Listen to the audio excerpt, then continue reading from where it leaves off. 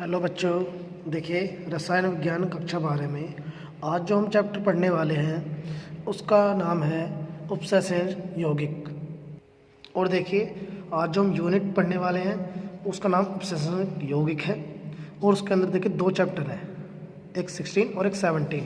पहला जो चैप्टर है उस पे आज हम उसे पढ़ने वाले हैं उपसंहरण यौगिक, उनका परिचय, नामकरण व वर्नर का सिद्धांत। ये बोर्ड एग्ज़ाम में बहुत बार आता है और 3 से 4 नंबर ही हर साल इसी चैप्टर से आते हैं, तो आपको इसे अच्छे से पढ़ना है। और ये बात करते हैं, देखिए जब विलयन में 2 या 2 से अधिक लवण साधारण आणविक अनुपात में संयुक्त होते हैं तब नए यौगिकों के क्रिस्टल प्राप्त होते हैं। ये यौगिक आणविक या योगात्मक यौगिक कहलाते हैं। जब देखिए कि कोई सी भी विलयन में, किसी भी सॉल्यूशन में अगर 2 या 2 से अधिक लवण जो होते हैं वो साधारण आणविक अणुओं के अनुपात में अगर मिल रहे हैं तो उससे क्या होगा, हमें नए क्रिस्टल प्राप्त होते हैं, नए यौगिक क्रिस्टल प्राप्त होते हैं जिन्हें हम आणविक या योगात्मक कहलाते हैं। जैसे देखिए यहाँ पर दिया हुआ है K2SO4 Al2SO4 का होल थ्राइज प्लस 24H2O। जब इन तीनों को मिलाते हैं तो हमारे यहाँ पर क्या मिलता है, एक नया क्रिस्टल यौगिक प्राप्त होता है जिसका नाम है फिटकरी। आप जानते होंगे इसे। CSO4 plus 4NH3 plus H2O। यहाँ पर देखिए इन्हें लिगैंड बोला जाता है, जैसे यहाँ पर कॉपर अमोनियम सल्फेट प्राप्त हुआ है हमें, ठीक है। अब देखिए योगात्मक यौगिकों को हमने बात करी है, ये 2 वर्गों में बांटे गए हैं। नंबर 1 होता है द्विक लवण, डबल साल्ट। वे यौगिक जो विलयन में अपनी पहचान खो देते हैं, अर्थात जो विलयन में सरल आयनों में विभक्त हो जाते हैं, वो द्विक लवण कहलाते हैं। कोई भी अगर विलयन है, कोई भी सॉल्यूशन में अगर हम मिला रहे हैं किसी भी लवण को, अगर वो छोटे छोटे आयनों में टूट जाता है, छोटे छोटे आयनों में टूट जाता है और अपनी पहचान खो देता है, तो उन लवणों को हम द्विक लवण कहते हैं। जैसे पोटेशियम है, अगर इसे हम डालते हैं पानी में घोलने पर क्या होता है, K प्लस में SO4 माइनस में Al3 प्लस में आयनों विभक्त हो जाता है, क्योंकि यह क्या है, एक द्विक लवण है। नंबर 2 होता है संकुलन यौगिक या उपसह संयोजक यौगिक। देखिए वे यौगिक जो विलयन में अपना अस्तित्व बनाए रखते हैं, अर्थात जलीय विलयन में साधारण आयनों में विभक्त नहीं होते हैं, संकुलन आयन या जटिल आयन कहलाते हैं। जैसे पोटेशियम फेरोसाइनाइड है हमारे पास, अगर इसे जलीय विलयन में घोलते हैं तो K प्लस Fe2 प्लस तथा Cn माइनस आयनों में टूटता नहीं है, लेकिन K प्लस आयन और संकुलन जो हमारे पास संकुलन फेरोसाइनाइड आयन होता है वो माइनस देता है, FeCN6 के और 4 माइनस देता है। अतः यह क्या है, संकुलन या उपसंहरण है। हम कह सकते हैं कि ये एक जटिल यौगिक है। देखिए आसान भाषा में कहें तो द्विक लवण वे पदार्थ होते हैं जिन्हें किसी भी विलयन में घोलने पर अगर वो अपनी पहचान खो देते हैं, छोटे से छोटे अणुओं में टूट जाते हैं, तो वो द्विक लवण कहलाते हैं। अगर उपसंहरण यौगिक की बात करें तो जब किसी लवण को अगर हमने विलयन में डाला गया है तो वो अगर वो अपनी पहचान नहीं खोते हैं या छोटे छोटे विलयनों में नहीं टूटते हैं, तो उन यौगिकों को सहसंयोजक यौगिक या संकुलक यौगिक कहते हैं, ठीक है। अगर सहसंयोजक यौगिक की बात करें, ये होता क्या है, देखिए सहसंयोजक यौगिक देखिए रसायन विज्ञान की वह शाखा जिसमें सहसंयोजक यौगिकों का अध्ययन किया जाता है, उपसहसंयोजक रसायन कहलाती है, ठीक है बच्चों। बात करते हैं संकुलों के प्रकार। देखिए स्थायित्व के आधार पर क्या है, संकुलन आयनों को निम्न प्रकार से वर्णित किया गया है। जैसे पूर्व जटिल यौगिक, वे यौगिक जिनमें जटिल आयन पर्याप्त स्थायी होता है अतः इन्हें पुनः विभाजित नहीं किया जा सकता, जो एक बार टूटने के बाद उन्हें दोबारा से तोड़ा नहीं जा सकता, तो वो कैसे कहलाते हैं, पूर्ण जटिल यौगिक कहलाते हैं। जैसे यहाँ पर उदाहरण दिया गया है। आंशिक जटिल यौगिक, वे यौगिक जिन्हें जटिल आयन कम स्थायी होते हैं और उत्क्रमणीय रूप से विभाजित होकर सरल आयन देते हैं, ये अपूर्ण या आंशिक जटिल यौगिक कहलाते हैं। कि बनने के बाद क्या होगा, हमारे यहाँ पर K2CD Cn का होल 4 दिया गया है, ये टूटने के बाद क्या होगा, विभाजित होकर दोबारा से यही प्राप्त हो जाता है। नीचे देखिए हमें एक टॉपिक दिया हुआ है द्विक लवण व उपसंहरण यौगिकों में अंतर, ये सभी आपको पढ़ना है अच्छे से। अब बात करते हैं उपसह संयुक्त यौगिक से कुछ संबंधित महत्वपूर्ण शब्दावली।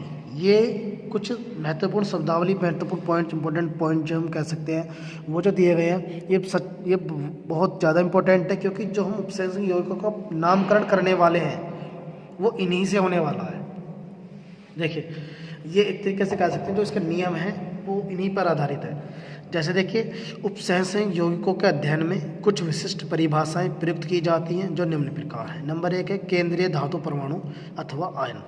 देखिए, उपसंहर्षक यौगिक में उपस्थित वह धातु या आयन जिसके चारों ओर निश्चित ज्यामिति व निश्चित संख्या में इलेक्ट्रॉन युग्म प्रदान करने वाले आयन या समूह, जिन्हें हम कहते हैं लिगैंड, जुड़े रहते हैं, केंद्रीय धातु परमाणु या आयन कहलाते हैं। और ये लुईस अम्ल इलेक्ट्रॉन ग्राही की भांति व्यवहार दर्शाते हैं। देखिए, जैसे यहाँ पर CuH2O का होल 4 और SO4 बाहर दिया गया है, तो यहाँ पर जो Cu है, जो ये ब्रैकेट के बाहर लिखा होता है, पहले लिखा होता है, इसे हम क्या बोलते हैं? केंद्रीय धातु परमाणु। तो Cu जो है वो क्या है यहाँ पर? केंद्रीय धातु आयन या परमाणु।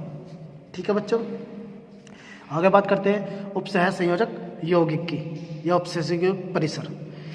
उपसहज यौगिकों में विद्युत रूप से आवेशित अथवा उदासीन वह परिसर जिसमें परमाणु धातु परमाणु या आयन के चारों निश्चित संख्या व निश्चित ज्यामिति में इलेक्ट्रॉन युग्म प्रदान करने वाले आयन समूह जुड़े रहते हैं, उपसहज संयोजक परिसर कहलाता है जी। या इसे एक बड़े कोष्ठक द्वारा दर्शाते हैं। देखिए, इसे संकुलन या जटिल आयन भी कहा जाता है। जब किसी भी अगर धातु लिगैंड को, परमाणु आयन को, एक केंद्रीय धातु परमाणु को जिस भी ब्रैकेट में लिखा जाता है वो उसका उपसहज संयोजक परिसर कहलाता है। जैसे यहाँ पर FeCN का होल 6 और -4 यहाँ दिया हुआ है, तो ये जो बड़े ब्रैकेट के अंदर ये लिखे हुए हैं, ये क्या कहलाता है? उपसहज संयोजक परिसर कहलाता है। ठीक है, अब आगे बात करते हैं आयन मंडल या परिसर। आयन मंडल या परिसर, देखिए, उपसहज संयोजक यौगिक का वह भाग जो जल द्वारा आयनित हो जाता है आयनिक परिसर कहलाता है। उपसहज यौगिक का वह भाग जो कोष्ठक के बाहर लिखा जाता है, जैसे कि ये देखिए Cl2 यहाँ पे क्या है? वो आयनिक परिसर है, और जो ये है वो क्या है? उपसहज संयोजक परिसर कहलाता है। लिगैंड की बात करने लगे तो देखिए, उपसहज संयोजक यौगिक में केंद्रीय धातु परमाणु या आयन से सीधा जुड़ा हुआ जो वह आयन या समूह जो इलेक्ट्रॉन द्वारा प्रदान करता है वो लिगैंड कहलाता है। और लिगैंड लुईस क्षार की भांति व्यवहार करते हैं। जैसे यहाँ देख सकते हैं CuNH3 का होल 4 2+, संकुलन आयन में क्या है? NH3 अणु लिगैंड की भांति कार्य करेगा, क्योंकि NH3 क्या है? वो अपने ही 4 परमाणुओं से जुड़ा हुआ है, या उसने एक क्या है? उन 4 ने एक Cu को घेरा हुआ है। तो यहाँ पर जो CN काम कर रहा है वो किसका काम कर रहा है? एक लिगैंड का काम कर रहा है। यहाँ पर जो हमारा NH3 काम कर रहा है वो किसका काम कर रहा है? एक लिगैंड का कार्य कर रहा है। तो लिगैंड देखें, हमारे पास लिगैंडों के बारे में अगर कहें तो हम लिगैंड हमारे पास 3 प्रकार के होते हैं, धनावेशित, ऋणावेशित, एक उदासीन। अगर लिगैंडों का वर्गीकरण करते हैं किसके आधार पर? आवेशों के आधार पर। ठीक है, जैसे धनावेशित लिगैंड कौन से होते हैं? ऐसे लिगैंड जिन पर धनावेश होता है। ऋणावेशित लिगैंड जिन पर ऋणावेशित उपस्थित होता है। और एक होते हैं उदासीन लिगैंड जिन पर कोई भी आवेश नहीं होता है, वो हमारे उदासीन लिगैंड कहलाते हैं। जैसे यहाँ एक्वा दिखाया गया है, एमीन, पेरिडीन, कार्बोनिल, ये आपको याद रखने हैं, क्योंकि जब इनका नामकरण करेंगे उपसंहर्षक यौगिकों का तो इनमें हमें बहुत ज़्यादा इनकी मदद मिलने वाली है। ठीक है, तो इनको आपको अच्छे से नाम याद करना है। जैसे यहाँ पर दिखाया गया है ना कि CN की जगह साइनो, तो साइनो ही नाम लिखना है। OH का हाइड्रोक्साइड लिखना है, Cl का क्लोरिडो लिखना है, Br का ब्रोमिडो लिखना है, CH3 सिडोलो का एसीटेटो लिखना है, और सिडोलोमाइड्स का ऑक्सीलेटो ही लिखना है। और देखिए यहाँ पर जल को लिखा हुआ है एक्वा, अमीन, पिरिडीन और कार्बोनिल, इनके यही नाम लिखे जाने हैं। उसके बाद अगर लिगैंडों के उपस्थित दाता परमाणु के अर्थात धातु लिगैंड के मध्य आबंधों के आधार पर लिगैंडों को किन किन वर्गों में बांटा गया है? नंबर 1 है एक दंतुक लिगैंड, ऐसे लिगैंड जिनके पास केवल एक दाता परमाणु होता है, एक दंतुक लिगैंड कहलाते हैं। इस प्रकार के लिगैंड केंद्रीय धातु परमाणु या आयन से केवल एक उपसंहर्षक आबंध बना सकते हैं। और देखिए वो कौन कौन से हैं। जब कोई भी लिगैंड अगर एक धातु परमाणु से जुड़ सकता है तो वो एक दंतुक लिगैंड कहलाता है। जैसे देखिए यहाँ दिखाया गया है उदासीन दंतुक लिगैंड, जल जैसे एक्वा है, कार्बोनिल है, पिरिडीन है, अमीन है, एल्कोहल है और नाइट्रोसिल है। ठीक है, यह उदासीन। ऋणायनिक के एक दंतुक लिगैंड ये रहे, और धनायनिक के एक दंतुक लिगैंड ये रहे। ये सिर्फ किससे जुड़ेंगे तो एक ही परमाणु से जुड़ सकते हैं, ज़्यादा से नहीं जुड़ सकते। उसके बाद देखिए द्विदंती लिगैंड है, जो किसी भी ऐसे लिगैंड जो किसी भी दाता परमाणु से दो साइड से जुड़ सकते हैं या दो लिगैंडों के द्वारा जुड़ सकते हैं, तो वो द्वि लिगैंड कहलाते हैं। बहुतंतुक लिगैंड, जो ऐसे लिगैंड जो केंद्रीय धातु परमाणु के एक साथ ही समय में 3 अथवा अधिक आबंध बना लेते हैं। अगर 3 से भी ज़्यादा किससे जुड़ सकते हैं तो वो क्या कहलाते हैं, वो हमारे बहुदंतीय लिगैंड कहलाते हैं। ठीक है। उसके बाद बच्चों देखिए आपको क्या करना है, आज हम यहीं तक पढ़ने वाले हैं। उसके बाद मैं आपको कुछ टॉपिक बताने वाला हूँ जो आपको घर से पढ़ करके आने हैं। जैसे क्लैट, एक होता है उभयदंतिक लिगैंड, उभयदंतिक लिगैंड ये आपको पढ़ना है। उसके बाद है क्लैट व क्लैटीकरण। ठीक है, क्लैटों का उपयोग, क्लैटों के बारे में आपको सब कुछ पढ़ना है। और उपसेशन संख्या या समन्वय संख्या हम कैसे ज्ञात कर सकते हैं। ठीक है बच्चों। और यहाँ पर देखिए कुछ टॉपिक्स दिए हुए हैं, संकुलन, अणु या आयन पर आवेश, धातु की ऑक्सीकरण अवस्था, और यहाँ पर समरूप व समरूप संकुलन। ये जो सारे टॉपिक्स हैं ये आपको यहाँ तक कंप्लीट करने हैं। कल बच्चों मैं आपको इनके नाम लिखने सिखाऊंगा जो बोर्ड एग्ज़ाम 2022 में बहुत ज़्यादा इंपॉर्टेंट है। और मैं आपको जो बोर्ड में आए हुए नाम हैं मैं वो आपको वो भी लिखवाऊंगा, जिससे आपको ये भी पता चले कि पेपर जो हमारा आता है, पेपर में जो हमारे यहाँ से क्वेश्चन आते हैं वो किस टाइप से आते हैं। तब तक आप अपनी तैयारी करें। अगर किसी बच्चों को टॉपिक में प्रॉब्लम आए तो मुझे कमेंट करें।